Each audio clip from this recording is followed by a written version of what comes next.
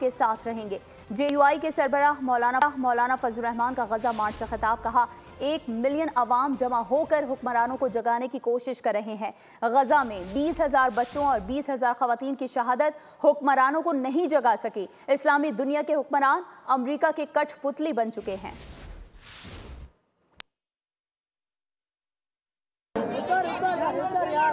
آپ پر ہونے والے مظالم میں آپ تنہا نہیں ہیں۔ اگر وہاں پر 20,000 سے زیادہ بچوں کی شہادت، اگر وہاں پر 20,000 خواتین کی شہادت ان حکمرانوں کو نہیں جگا سکی، اسلامی دنیا کے حکمران مفادات کے غلام بن چکے ہیں۔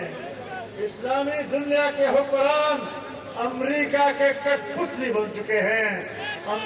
لہذا حکمرانوں کی پرواہ کیے بغیر عوام کو، مسلمانوں کو، امت مسلمہ کو اپنی غیرت و حمیت کے ساتھ اٹھ کھڑا ہونا ہوگا۔